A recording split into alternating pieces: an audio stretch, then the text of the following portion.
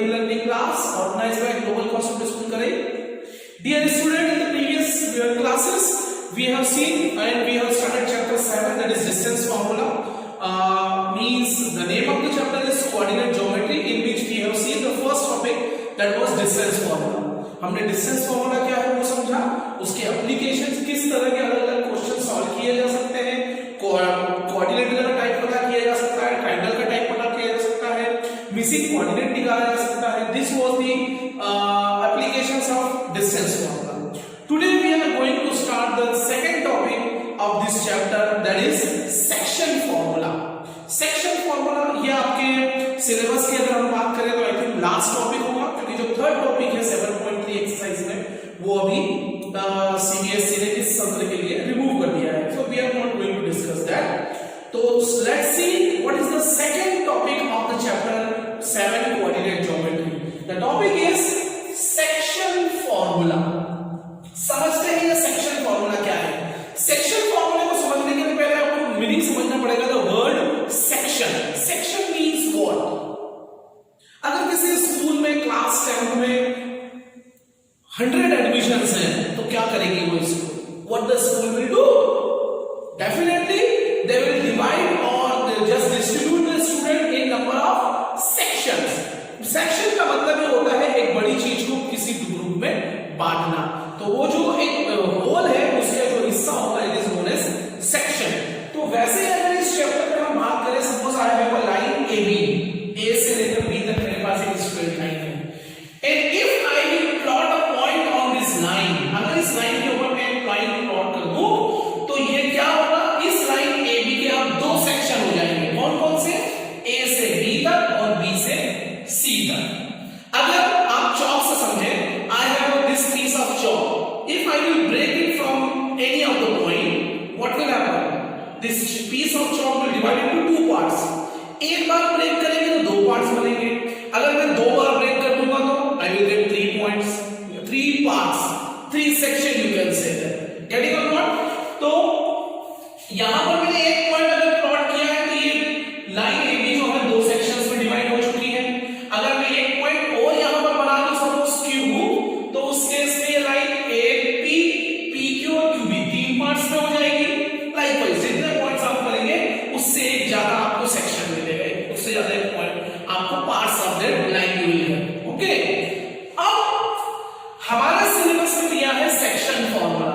Section फॉर्मूले का कहां इस्तेमाल होता है पहले हम समझ लेते हैं. ये पॉइंट P जो है इस लाइन AB को दो पार्ट्स में डिवाइड कर रहा है. So this point P is known as point of section. ये सेक्शन का पॉइंट है.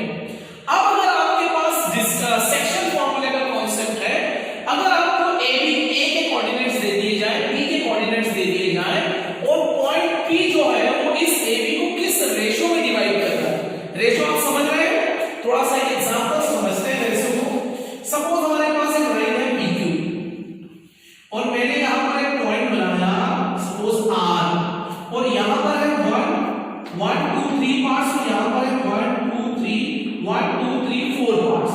तो ये 3 पार्ट्स होगा, ये 4 पार्ट्स. इसका मतलब ये जो पॉइंट R है वो इस लाइन को 3:4 में इंटरनली डिवाइड कर रहा है.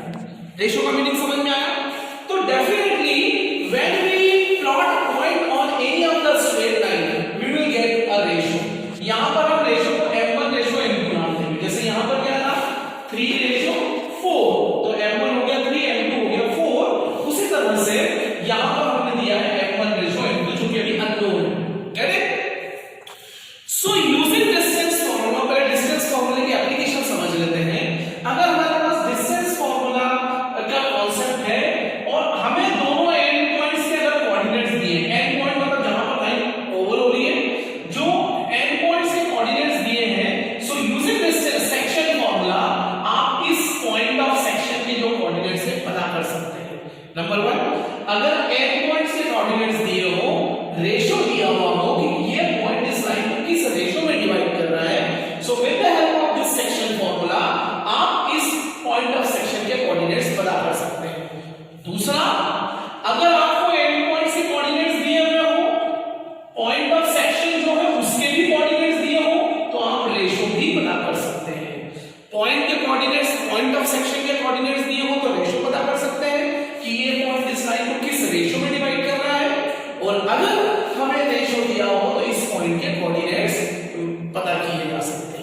चलिए समझते हैं what is the section formula. If A, अगर हम मान लें कि ये दोनों एंड पॉइंट है ए और एक बी, ए के कोऑर्डिनेट से x1 y1, बी के कोऑर्डिनेट से x2 y2 और पॉइंट P है जो कि इस लाइन को किसी सेक्शन में दो भागों में बांट रहा है, वो है x1 x, y और रेशो हमने ले लिया m1 ratio m2। So this coordinates of this point will be equal to, and this is only known as section formula, and the formula is m1 x2। m1 मतलब ये, x2 मतलब जो इधर वाला एंड पॉइंट है उसका x coordinate, m1 x2 plus m2 x1, ये m2 ये x1 upon m1 plus m2, m1 plus m2। जो रेशो होगा, अगर रेशो हम लोग 1:2 है तो m1 हो गया 1, m2 हो गया 2। सिमिलरली ये पूरी वैल्यू आपको किसकी मिलेगी, इसके x कोऑर्डिनेट की।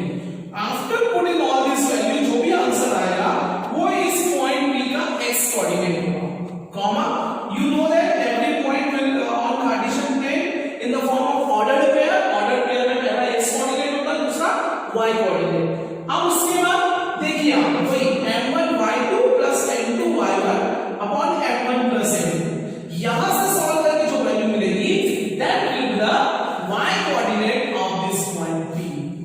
ये पूरा x coordinate कॉमा ये पूरा y coordinate। So this is known as section formula। ये इस यहां पर वैल्यू रखने से इस सेक्शन पॉइंट के जो कोऑर्डिनेट से x और y वो हमें मिल जाएंगे, ठीक है। अब सोचे थोड़ी देर के लिए कि अगर ये पॉइंट P इस AB का, अभी आप ये दिमाग में फिट कर लें, point P is the section dividing AB line in a section, दो भागों में बांट रहा है। हमने ये नहीं कहा कि दो इक्वल पार्ट्स में बांट रहा है, जो इक्वल पार्ट्स में डिवाइड कर देते हैं वो इस केस में पॉइंट P क्या होगा, बाइसेक्टर। बाइसेक्ट करना मतलब दो इक्वल पार्ट्स में डिवाइड करना, ट्राइसेक्ट करना मतलब तीन इक्वल पार्ट्स में डिवाइड करना, गेट इट। तो अगर मान लो ये पॉइंट P, हमने बोल दिया कि point P is the bisector of AB, या पॉइंट P मिड पॉइंट भी बोल सकते हैं, point P is the mean point of AB। तो उस केस में रेशियो क्या होगा, अब रेशियो नहीं दिया जाएगा, अब आपको खुद को सोचना है क्या होगा रेशियो। जितने पार्ट्स इधर होंगे उतने उधर भी होंगे, अगर मीन में है तो। अगर मान लो 2 इधर है तो 2 उधर, 2/2 कैन बी रिटन एज 1/1। 3 इधर है तो 3 उधर भी होंगे, 3/3 can be written as 1:1। 10 parts इधर होंगे, 10 पार्ट्स इधर होंगे, then also we can write 1:1। तो उस केस में जो रेशियो होगा वो हमेशा 1:1 होगा if P is the mean point of AB। और अगर रेशियो 1:1 है, मान लो 1:1 है, तो उस केस में m की वैल्यू, m1 की वैल्यू भी 1 होगी, m2 की वैल्यू भी 1 होगी। अब अगर इस फॉर्मूले में m1 और m2 की जगह तो 1 रख दें तो क्या बनता है सोचो, इनटू x2 बचेगा यहां पे x1। So can be right x1 plus x2, m1 भी 1 m2 भी 1, 1 plus 1 2, कॉमा यहां m1 1 यहां m2 भी 1, तो y1 plus 1 2/2। तो अगर आपको किसी पॉइंट का मीन, किसी लाइन का मीन पॉइंट दिया हो तो आप इस फॉर्मूले के बजाय ये फॉर्मूला भी यूज कर सकते हैं। ये इसी से बना हुआ है, ये वाला फॉर्मूला इसी से बना हुआ है, सिर्फ हमने m1 m2 की जगह पे 1 पुट कर दिया है, गेट इट। तो सेक्शन फॉर्मूला आपको समझ में आया। सेक्शन फॉर्मूले के दो यूज है, अगर आपको रेशियो दिया हो, एंड पॉइंट्स के कोऑर्डिनेट्स दिए हो तो इस सेक्शन पॉइंट के कोऑर्डिनेट्स निकाले जा सकते हैं। दूसरा, अगर आपको सेक्शन पॉइंट के कोऑर्डिनेट्स दिए हो, एंड पॉइंट के कोऑर्डिनेट्स दिए हो तो आप रेशियो पता कर सकते हैं। हम आज दोनों ही केसेस का एक एग्जांपल समझते हैं। with the help of that easily you will understand that how to use section formula। चलिए देखते हैं। So let's see a question। मैंने क्वेश्चन यहां पर लिया है, we have given a line, और जनरली इस तरह का डायग्राम आपके क्वेश्चन में नहीं होगा, but after reading the question you can make such a simple diagram। We have given the 2 points are there, point A the coordinates are 2, -2, point B the coordinates are -7, 4, and we have to a point is there P which divide this line in ratio 1:2। क्या कर रहा है ये point P जो है इस AB line को 1:2 के रेशियो में डिवाइड कर रहा है। आपको पॉइंट P के कोऑर्डिनेट्स निकालना है, find the coordinates of the point P, get it. चलिए, तो इस केस में रेशियो हमारे पास है तो ये और ये हो गया आपका m। चलिए सॉल्व करते हैं इस क्वेश्चन को। According to the section formula point p x, y will be equal to m1 x2 plus m2 x1 upon m1 plus m2, ये तो हो गया x coordinate, comma m1 y2 plus m2 y1 upon m1 plus m2. This will be our y coordinate. अब करना क्या है, बहुत ही आसान है इस क्वेश्चन को सॉल्व करना। Just put all the variables. m1 कितना है, m1 is 1, so 1 into x2, ये x1 y1, ये x2 y2, तो x2 कितना है माइनस x है, ब्रैकेट में लिखो -7 प्लस m2 कितना है 2, x1 कितना है ये x1, that is also 2 upon m1 plus m2, so 1 plus 2, comma इधर आते हैं m1 कितना है 1, y2 कितना है ये वाले y2 4 प्लस m2 कितना है 2, y1 कितना है -2, so we are using bracket upon m1 plus m2 bracket close। क्या किया, सिर्फ हमने m1 m2 x1 x2 y1 y2 की वैल्यू रखी है। वैल्यू ध्यान से रखें, ये पॉइंट x1 y1 होंगे, ये x2 y2 होगा। Get it? चलिए अब सॉल्व करना है। सो -7 into 1 is -7, 2 into 2 is +4, 1 plus 2 is 3, comma 1 into 4 is 4, 2 into 2 is 4, but minus plus, so -4 upon 1 plus 2 is 3. -7 plus 4 is -3, so -3 upon 3, comma 4 minus 4 is 0 upon 3. -3 upon 3 is -1, and 0 upon anything is 0. So these are the coordinates of the point P. क्या question था हमारे पास, हमें एक line के and points दिए थे, उनके coordinates given थे, वो एक पॉइंट ऑफ सेक्शन के कोऑर्डिनेट्स निकालना है जो कि इस लाइन को 1:2 में डिवाइड कर रहा है, 1:2 में डिवाइड कर रहा है। तो m1 m2 हो गया 1 into x1 y1 की वैल्यू, x2 y2 की वैल्यू, सेक्शन फार्मूला लगाया, उसमें रखा और सिंपलीफाई किया। So the coordinates of this point of section P are -1, 0, get it? समझ में आया आपको? So in the previous question what was the question कि आपको एंड पॉइंट से कोऑर्डिनेट्स दिए थे, इसके कोऑर्डिनेट पता करना था। अब मैंने एक दूसरा एग्जांपल लिया है। The question is a line is there, the coordinates of two end points are -6, 10 and 3, -2. A point is there P which divides this line, or with the point which lie on this line, the coordinates are -4, 6. हमें ये point, इस line point P जो है उस line AB को किस ratio में divide कर रहा है, ये रेशो में फाइंड आउट करना है। उल्टा क्वेश्चन, प्रीवियस क्वेश्चन में हमें रेशो दिया हुआ था, इस पॉइंट के कोऑर्डिनेट्स निकालने थे। अब हमें इस पॉइंट के कोऑर्डिनेट्स दिए हैं और किस रेशो में डिवाइड कर रहा है, वो रेशो पता करना है। ठीक है, so whenever it is given, अब अगर आपकी एनसीईआरटी बुक में देखेंगे, एग्जांपल देखेंगे, तो उन्होंने m1 रेशो m2 भी लिया है। m1 रेशो m2 से भी क्वेश्चन हो सकता है, बट उसमें कई बार ऐसा होता है कि 2 वेरिएबल इक्वेशन बनती है। 2 वेरिएबल इक्वेशन होगी तो फिर आपको एलिमिनेशन मेथड लगाना होगी, and then you will get the value of m1 and m2, और जो m1 m2 होगा वही उसका रेशो भी होगा। लेकिन इस क्वेश्चन को थोड़ा और इजीली सॉल्व कर सकते हैं if we will do like this.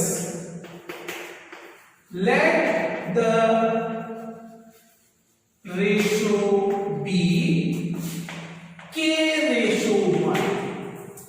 जब भी आपको रेशो निकालने के लिए आता है, आप उसको k/1 करें। यहां पर k कोई कांस्टेंट है, कोई नंबर है जिसकी वैल्यू भी आपका आंसर होगा।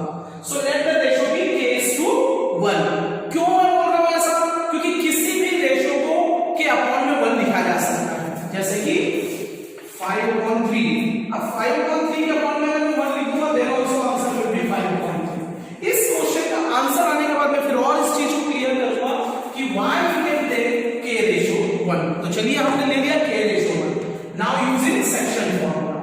अब अगर आप सेक्शन फॉर्मूला लगाते हैं so p of x, y is equal to क्या होगा, m1 x2 plus m2 x1 upon m1 plus m2 comma m1 y2 plus m2 y1 upon m1 plus m2.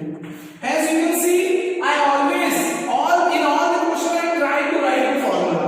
बार-बार हर क्वेश्चन में फॉर्मूला लिखने से benefit ये होता है कि हमें फॉर्मूले बहुत अच्छे से लर्न हो जाते हैं. और अगर कोई मिस्टेक हुई हो, क्योंकि फॉर्मूला आपको एग्जाम में टेस्ट में भी मन से लिखना होता है, तो that's why I request you कि जब भी कोई क्वेश्चन सॉल्व करें फॉर्मूला मन से लिखने की कोशिश करें. This is the way to learn. Let's put the value. P of x, y is also given. कितना है? -4,6. बाकी वैल्यू रख देते हैं m1. अब हमने रेशो दिया है k:1, तो k हो गया m1 और 1 हो गया m2. रख देते हैं. ये x1 y1 होगा, ये x2 y2. Let's put m1. m1 means k. x2 कितना है? ये होगा x2 into 3 plus m2 is 1. x1 is 10 upon m1 plus m2, मतलब k plus 1 comma m1 is k into y2 is minus a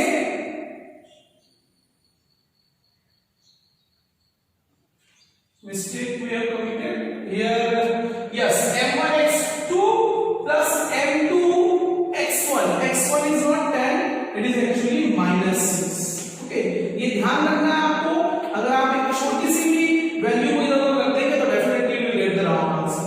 once again यहां पर x1 है और x1 की वैल्यू कितनी है? -6. मैंने -10 रखा था जो कि x1 नहीं y1 है.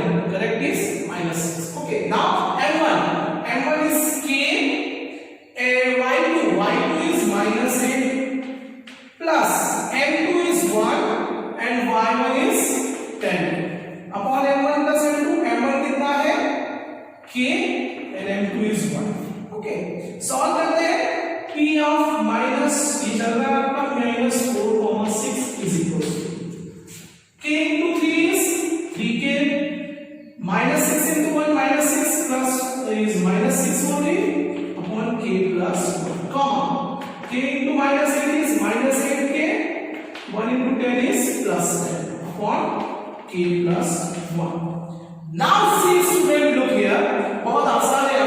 एक पॉइंट P है जिसके कोऑर्डिनेट्स है -4,6 which are equal to this. ये पॉइंट इस पॉइंट के इक्वल है. कब? जब इसका x कोऑर्डिनेट इसके x कोऑर्डिनेट के इक्वल हो या इसका y कोऑर्डिनेट इसके y कोऑर्डिनेट के. तो हम क्या करेंगे? बाय कंपेयर करने के बाद आपको क्या करना है? या तो x कोऑर्डिनेट को x कोऑर्डिनेट के इक्वल रख के k की वैल्यू निकाले, या y कोऑर्डिनेट को y कोऑर्डिनेट के इक्वल रख के k की वैल्यू निकाले. I am them sure in both the cases आपको k की सेम वैल्यू आएगी. और एज आई टोल्ड यू, इस क्वेश्चन का आंसर ही होगा k रेशो 1. तो सिर्फ k की वैल्यू जो निकालेंगे वही आपका आंसर हो जाएगा. The value of k will be your answer. चलिए, तो हम x कोऑर्डिनेट को x कोऑर्डिनेट के इक्वल रख दें. क्या होगा? -4. इसका x कोऑर्डिनेट कितना है? -4. और ये रहा इस पॉइंट का x coordinate, that is 3k - 6 upon k plus 1. इस k plus 1 को उधर लेके जाते हैं तो माइनस का 4k - 4 is equals to 3k - 6. k के टर्म को एक तरफ करते हैं तो 3k उधर जाएगा तो कितना होगा? -4k - 3k is -7k, -4 इधर आएगा तो माइनस का 6 है, प्लस का 4 होगा. Answer is -2. Cancel. So the value of k is 2. इसको अपॉन में लगा 7, या फिर आप लिख सकते हैं 2:7 and this is your answer. जो वैल्यू k की यहां पर आई है 2/7 या 2:7, this is the required answer. आप सोचेंगे सर हमने सपोज तो k रेशो 1 किया था, तो कोई बात नहीं, एक स्टेप और आगे बढ़ा लो. मेरे पास k की वैल्यू आई है 2/7, तो रेशो क्या है? k रेशो 1 मतलब 2/7 के अपॉन में 1